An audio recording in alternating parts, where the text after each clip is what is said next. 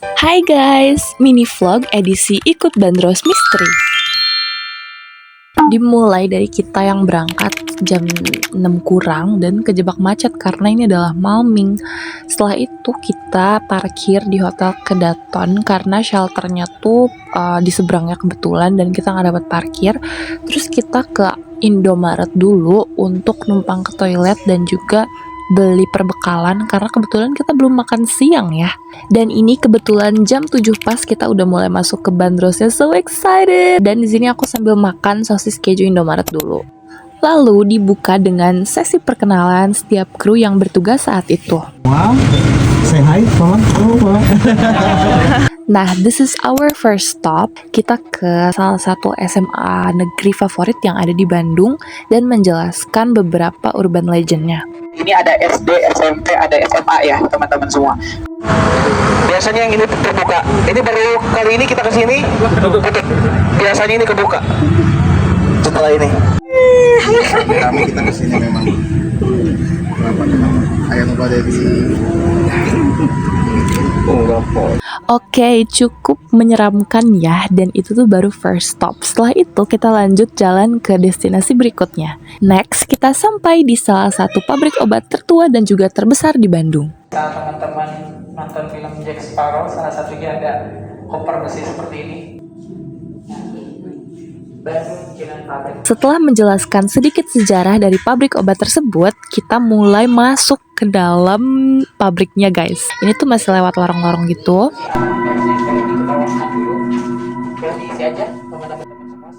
Nah, seperti yang bisa kalian semua lihat di sini, itu adalah pabrik obatnya dulu sebelum masa kemerdekaan. Ada ya pabrik obat sebesar itu di Bandung. Kita udah mulai masuk ke salah satu labnya, dan di sana tuh masih banyak banget barang-barang bekas labnya dulu yang udah nggak kepake. And if you guys can see how scary it is. Next tuh di sini kita semua lagi di briefing untuk melewati lorong hanya boleh maksimal 3 orang tanpa flashlight. Dan tadam, cuman dibekelin lilin elektrik secuil kayak gitu guys. Akhirnya aku sama salah satu kakak yang kita temui di sana, kita pergi bertiga melewati lorong itu dengan lilin semungil itu. Ini aku cepetin aja karena setelah aku lihat videonya ternyata memang full hitam. Ini juga udah berusaha aku naikin cahayanya tapi memang tidak bisa ya. Mungkin bisa ditelusuri sedikit-sedikit, bisa di zoom sedikit-sedikit.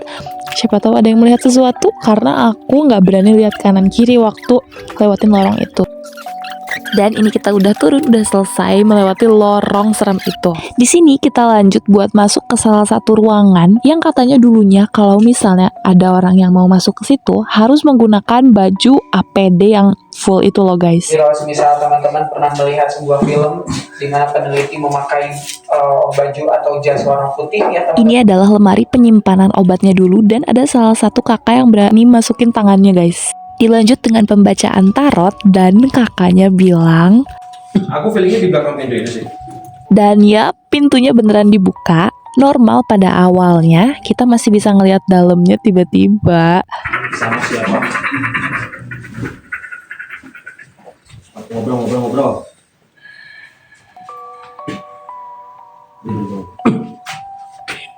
kita langsung keluar dari ruangan itu karena semakin lama hawanya semakin panas dan juga semakin sesak. Kita keluar dari gedung pertama ini.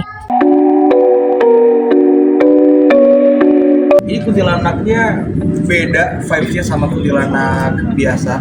Ini tuh entah lebih sinis, lebih marah seperti itu. Kuntil anak coy, bentukannya kayak gitu. Dia mah tong kalau dibawa.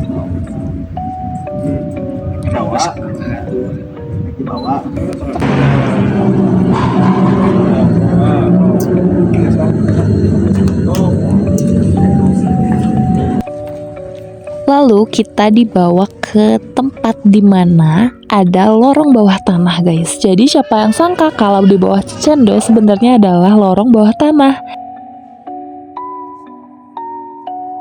Nah, seperti yang bisa kalian lihat di sini kamera aku tuh agak nge-lag.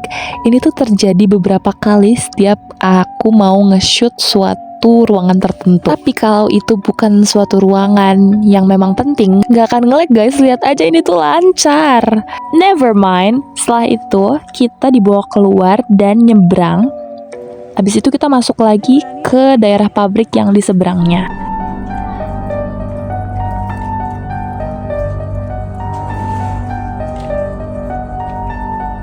It's gonna be our last destination. Ini tuh adalah daerah katanya dulu tuh tempat mereka menangani pasien-pasien kecelakaan atau biasa mereka sebut sebagai klinik.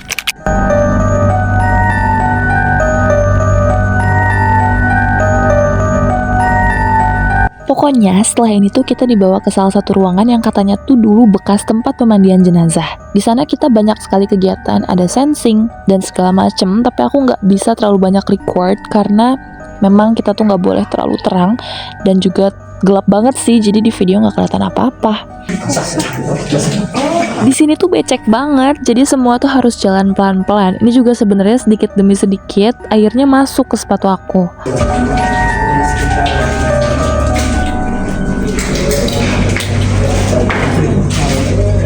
Bisa kalian lihat kalau gedungnya ini tuh abandoned banget, tapi beberapa gedung yang ada di depannya itu masih layak pakai, bahkan masih ramai digunakan sampai saat ini. Ada salah satu cafe yang mungkin teman-teman semua tahu karena itu ramai banget di Bandung.